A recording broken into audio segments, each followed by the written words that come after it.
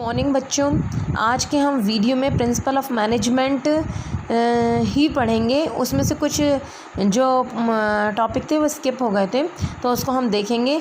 और मैंने जानबूझ के ही आपको पहले मीनिंग समझाया और फिर दोनों के प्रिंसिपल और टेक्निक समझाई, इसलिए ताकि वो समझेंगे तभी ये समझ में आएगा। सारी बुक्स में ये स्टार्टिंग में दिया है, लेकिन अगर इसको पहले पढ़ाती तो आपको क्लियर ही नहीं होता, ठीक है। इसलिए पहले मैंने आपको मीनिंग बताया, फिर उसके बाद उनके दोनों के हेनरी फोयल और एफ.डब्ल्यू. टेलर के जो दोनों प्रिंसिपल समझाए, फिर उसके बाद अब ये समझाऊंगी तो आपको बहुत अच्छे से आएगा, ठीक है। मीनिंग भी उतना क्लियर नहीं हुआ होगा पहले जब मैंने स्टार्टिंग में समझाया था। प्रिंसिपल समझने के बाद ही हमको ये सारे स्टार्टिंग में ज़रूर दिए, पर ये तभी क्लियर होंगे, ठीक है। और आई थिंक प्रिंसिपल्स क्लियर हो गए होंगे आप लोगों को, और नहीं बने होंगे तो आप पूछ लेना। तो देखिए, अब हम मैंने बोली थी ना, अगेन हम मीनिंग पे आएंगे और फिर हम समझेंगे मैनेजमेंट प्रिंसिपल्स, ठीक है। मैनेजमेंट को प्रिंसिपल ऑफ मैनेजमेंट का मतलब क्या रहता है। हम जितने भी एफ.डब्ल्यू. टेलर और हेनरी फोयल ने स्टेटमेंट दिए वो फंडामेंटल सत्य पे आधारित है ना, प्रैक्टिकली करके दिया, देखा, उसने ऑब्जर्व किया, उसके आधार पे दोनों ने एक एक प्रिंसिपल डेवलप किए। हमने देखा ना कि एफ.डब्ल्यू. टेलर तो वो बोलता है कि कुछ भी करो तो सबसे पहले time study, motion study, fatigue study, ठीक है, ये सारी स्टडी की, ठीक है, पीस वेज सिस्टम, ठीक है, ये सब उसने ये सब प्रैक्टिकली करके देखा ना। तो एक एक स्टेटमेंट यानी उसका एक एक कथन जो है वो सत्य पे आधारित है, और सिर्फ उसकी ऑर्गेनाइजेशन ही नहीं, दूसरी ऑर्गेनाइजेशन में भी अप्लाई किया तो सेम रिजल्ट मिला। एक एक स्टेटमेंट क्या है, फंडामेंटल ट्रुथ है, सत्य पे आधारित है, जो कि गाइडलाइन का काम करता है ताकि मैनेजर एक्शन और डिसीजन ले सके, ठीक है। अब देखिए, अब इसमें कंपैरिजन किया है, मीनिंग तो समझ में आ गया। स्टेटमेंट है मतलब जो भी उसने अपना कथन कहा है वो सत्य पे आधारित है, जो कि मैनेजर उसके आधार पर एक्शन और डिसीजन ले सके। अब देखो, दोनों में कंपैरिजन कर रहा है, मैनेजमेंट प्रिंसिपल और प्योर साइंस प्रिंसिपल। अब हम आसानी से कंपैरिजन कर सकते हैं, क्योंकि अब हमें मैनेजमेंट प्रिंसिपल पता लग गया है और साइंस हम पढ़ चुके हैं, ये हमने नहीं पढ़ा था। अब हम कंपैरिजन करेंगे ना तो एक बार में आपको आसानी से समझ में आएगा कि मैनेजमेंट प्रिंसिपल जो है फ्लेक्सिबल है, जैसे डिवीजन ऑफ वर्क, ये फ्लेक्सिबल है। क्यों? क्योंकि अगर ऑर्गेनाइजेशन आपकी बड़ी है, बहुत बड़ी, बहुत सारी लॉन्ग प्रोसेस है वर्किंग की, तो आप क्या करोगे, डिवीजन ऑफ काम को टुकड़ों में बांट दोगे, ठीक है। और अगर आपकी और छोटा सा बिजनेस है जो आप खुद ही कर सकते हो, खुद ही बना के खुद ही बेच सकते हो, फॉर एग्ज़ाम्पल छोटा सा बिज़नेस का हम देख लेते, चाट फुल्की की दुकान, ठीक है। तो ये खुद ही बनाई, खुद ही बेच ली। अगर इसमें डिवीजन ऑफ वर्क ज़्यादा हो जाएगा तो ये बताओ, ये सारा मतलब जितना भी प्रॉफिट मार्जिन भी तो डिस्ट्रीब्यूट होता है ना, प्रॉफिट भी तो डिस्ट्रीब्यूट होता है, और इतना डिस्ट्रीब्यूशन होगा तो फिर उसको ज़्यादा कमाई ही नहीं हो पाएगी। ऐसी कंडीशन में क्या होगा, जहाँ ज़्यादा बड़ी बड़ी ऑर्गेनाइजेशन रहती है वहाँ पर डिवीजन ऑफ वर्क सुटेबल है उसके लिए। लेकिन जो छोटी छोटी ऑर्गेनाइजेशन है, जहाँ हम खुद करके सबका सारा काम, रॉ मटेरियल हम ले आएंगे, हम ही बना लेंगे, हम ही बेच लेंगे, सारा काम हम कर लेंगे, तो वहाँ पर ये डिवीजन ऑफ वर्क क्या होगा, ज़रूरत ही नहीं है। तो ये क्या फ्लेक्सिबल है, डिवीजन ऑफ वर्क बिल्कुल सही है, काम को टुकड़ों में बांट दिया जाए, और उसके हिसाब से मतलब टुकड़ों में बांटने के बाद जो क्वालिफाइड हो, एक्सपीरियंस हो और नॉलेज हो, जिसके पास डिग्री होल्डर हो, उस चीज़ से रिलेटेड और इंटरेस्ट हो, उसको दे दिया जाए वो काम, तो बिल्कुल सही है। लेकिन क्या हुआ कि ऑर्गेनाइजेशन की साइज़ के अकॉर्डिंग हमने क्या कर दिया, उसको चेंज कर दिया, ठीक है। पर साइंस में कभी भी कोई चेंज नहीं आता है, ठीक है, उसमें कोई परिवर्तन नहीं आता है, चाहे बड़ी ऑर्गेनाइजेशन हो या छोटी मतलब यानी कहीं पे भी हो, सब जगह सेम रिजल्ट ही रहता है। Management principle applied with creativity, ठीक है। ऐसा नहीं कि हमने थ्योरी पढ़ ली, डिवीजन ऑफ वर्क के सारे प्रिंसिपल पढ़ लिए और फिर अप्लाई कर दिए, और मतलब इसमें कोई भी फेरबदल नहीं किए। देखो क्या होता है कि बिजनेस एनवायरनमेंट में हमने डायनामिक इन नेचर पढ़ चुके हैं कि परिवर्तनशील है, तो हमको क्या करना पड़ता है, थोड़ा सा चेंज करना पड़ता है ताकि हमारी ऑर्गेनाइजेशन पे वो सूट हो जाए, ठीक है। तो उसमें नई नई क्रिएटिव एक्टिविटी करते हैं ताकि और अच्छा ह्यूमन बिहेवियर मतलब और उस पर असर पड़े, ठीक है।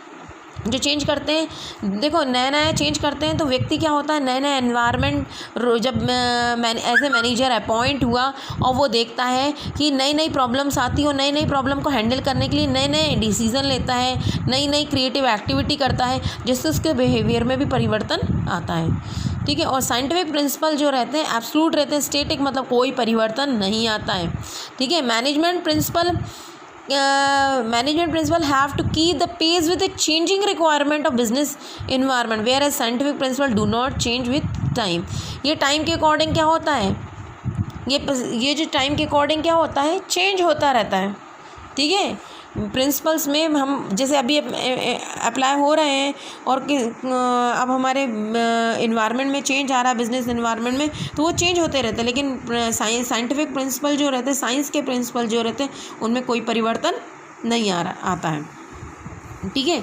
अब जैसे क्या हुआ कि पुराने ज़माने में जैसे हेनरी फोयल ने बोला है कि वन बॉस होना चाहिए। ठीक है। वन मैन ऑर्डर पढ़ा ना आपने, एक ही बॉस होना चाहिए क्योंकि कन्फ्यूजन होता है। और एफ.डब्ल्यू. टेलर ने बोला कि नहीं, एफ.डब्ल्यू. टेलर ने बोला 8 बॉस स्कीम एक्सपर्ट होना चाहिए। अब क्या होता है, जो वन बॉस जो स्कीम थी हेनरी फोयल की जो थी, वन मैन ऑर्डर होता, अब क्या होता, पहले ऑर्गेनाइजेशन क्या होती, छोटी छोटी हुआ करती थी, ट्रेडिशनल बिजनेस था। ठीक है। तो एक बॉस अगर जो भी ऑर्डर दे या सारा काम ले तो वो ठीक था। लेकिन अब क्या हो रहा है, मल्टीनेशनल कंपनी है तो उसमें बहुत सारे लोगों की, बहुत सारे एक्सपर्ट की ज़रूरत रहती है। और क्या होता है कि एक व्यक्ति सारा नॉलेज, हर प्रकार का नॉलेज होना ज़रूरी नहीं कि उसके पास हर प्रकार का नॉलेज हो। तो ऐसी कंडीशन में 8 बॉस स्कीम मतलब जो 8 बॉस जो सिस्टम बोला गया है एफ.डब्ल्यू. टेलर ने, वो बिल्कुल सही है क्योंकि समय के हिसाब से पहले वन मैन ऑर्डर था और अब क्या हुआ, 8 बॉस स्कीम हो गया। तो मतलब ये ना चेंज आया कि नहीं। लेकिन प्रिंसिपल साइंस के प्रिंसिपल में कभी कोई चेंज ना पहले आया था ना अब आएगा। जो उसका रिजल्ट रहता है, जो अप्लाई किया जाता है, वो सेम रहता है। ठीक है। नेक्स्ट हम कंपैरिजन करेंगे किसमें, मैनेजमेंट प्रिंसिपल और मैनेजमेंट टेक्निक में कंपैरिजन करेंगे। मैनेजमेंट प्रिंसिपल जो रहता है गाइडलाइन का काम करता है, मैनेजर एक्शन ले सके। और मैनेजमेंट टेक्निक क्या होती है, एक मेथड होती है और प्रोसीजर, स्टेप बाय स्टेप कि अब ये करना है, फिर उसके बाद ये करना है। जो रहता है ना कि स्टार्टिंग में ये करना है, फिर ये करेंगे, फिर ये करेंगे, फिर ये करेंगे, ये क्या कहलाती है, प्रोसीजर रहती है और मेथड रहती है ताकि हमारी ऑर्गेनाइजेशन का ऑब्जेक्ट अचीव हो जाए। ठीक है। मैनेजमेंट प्रिंसिपल सिर्फ गाइडलाइन का काम करते हैं। ठीक है। आपको रास्ता बताते, छोड़ के नहीं आएंगे। लेकिन क्या है, टेक्निक क्या है, आपको छोड़ तक के आएगी, मतलब पूरी स्टेप कैसे कैसे जाना है वो पूरी बताएगी। मैनेजमेंट प्रिंसिपल फ्लेक्सिबल, चेंज होते रहते हैं। ठीक है। टेक्निक में कोई परिवर्तन नहीं आता, टेक्निक वो है एक फिक्स कर दी, एक सीक्वेंस, ये करना है। ठीक है। अब हम प्रिंसिपल्स और वैल्यूज़ में पढ़ेंगे, उनके बारे में पढ़ेंगे। मैनेजमेंट प्रिंसिपल जो रहता है वो गाइडलाइन देता है ताकि मैनेजर एक्शन और डिसीज़न ले सके, जबकि वैल्यूज़ जो रहती है वो नियम बताती है कि एक इंडिविजुअल व्यक्ति को इस तरीके से बिहेवियर करना है सोसाइटी में। अगर वो इस तरीके से बिहेवियर करता है तो उसका अच्छा नाम होता है, और अगर उसके खिलाफ अगर काम करता है तो उसका बैड पब्लिसिटी होती है, बदनामी। ठीक है। उसको समाज अच्छी दृष्टिकोण से नहीं देखता है। मैनेजमेंट प्रिंसिपल क्या है, टेक्निकल इन नेचर है, टेक्निक सिखाइए। ठीक है। और वैल्यूज़ क्या रहते हैं, एथिक, एक सिद्धांत कहलाते हैं। मैनेजमेंट प्रिंसिपल क्या होता है, मैनेजमेंट प्रिंसिपल पूरी तरीके से कोशिश करता है कि जो भी मान्यता उसको पूरी करें। ठीक है। जो भी fulfilling values and ethics of the society, मतलब यानी क्या होगा कि जो भी सिद्धांत, मतलब समाज के बारे में भी ध्यान रखना है हमें, और हमें जो मान्यता है लोगों की, ठीक है, उनको भी ध्यान रखना है। तो यानी मैनेजमेंट प्रिंसिपल का स्कोप बड़ा है किसके कंपैरिजन में, वैल्यूज़ के कंपैरिजन में। ठीक है। क्योंकि ये दोनों भी इंक्लूड है। अब देखिए next derivation of management principle के बारे में पढ़ेंगे। डेरिवेशन ऑफ मैनेजमेंट प्रिंसिपल में मैनेजमेंट के जितने भी प्रिंसिपल बनाए गए हैं वो एक रात के अंदर डेवलप नहीं किए। उसकी जो एक प्रिंसिपल जो डेवलप किए हैं तो उसको मतलब डेवलप करने से पहले काफ़ी एक्सपेरिमेंट और रिसर्च करनी पड़ी। अब खुद की लैब में ही नहीं, एफडब्ल्यू टेलर हेनरी फुएल ने खुद की ऑर्गेनाइजेशन में नहीं, दूसरी ऑर्गेनाइजेशन में भी, एक देश में नहीं दूसरे देश में भी जब जाके उनको मान्यता मिली है। ठीक है, तो डीप ऑब्जर्वेशन का मतलब क्या रहता है? रिसर्चर ऑब्जर्व डीपली, मतलब यानी क्या हुआ, रिसर्चर जो भी खोज कर रहा है, जांच पड़ताल कर रहा है, वो एक एक एम्प्लॉयज़ की क्या कर रहा है। एफडब्ल्यू टेलर ने, आपने पढ़ा था ना, time study, motion study, fatigue study.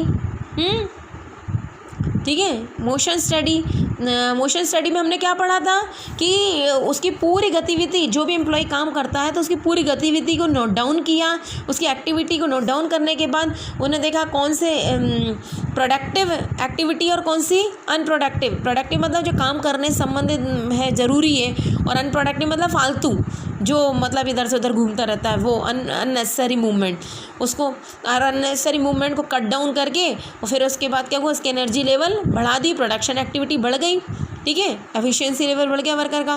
तो ये क्या हुआ, जो भी इनने ये जो किया उसके लिए उन्होंने क्या डीपली ऑब्जर्व किया, बिल्कुल ध्यान से एक एक एम्प्लॉयज़ की जो गतिविधि को नोट डाउन किया ना, उनके रिएक्शन को, फिर उसके आधार पे उनने उसके आधार पे एक्शन जो भी कर रहे थे एक्टिविटी, उसको नोट डाउन करने के बाद ही उनने ये पता किया कि ये एक्टिविटी प्रोडक्टिव है और ये एक्टिविटी अनप्रोडक्टिव है, और फिर उसको कट डाउन किया अनप्रोडक्टिव को, ताकि उनकी एफिशिएंसी लेवल बढ़ जाए। तो ताकि इसके आधार पर अगर वो मतलब यानी गहराई से अध्ययन नहीं करते तो फिर ये डिसीजन कैसे लेते हैं कि किसको कट डाउन करना और किसको लेना है एक्टिविटी को। समझ में आई? डीप ऑब्जर्वेशन मतलब गहराई से एक एक एम्प्लॉयज़ की वर्किंग के बारे में नोट डाउन किया, उनके रिएक्शन के बारे में, ताकि मैनेजर डिसीजन ले सके।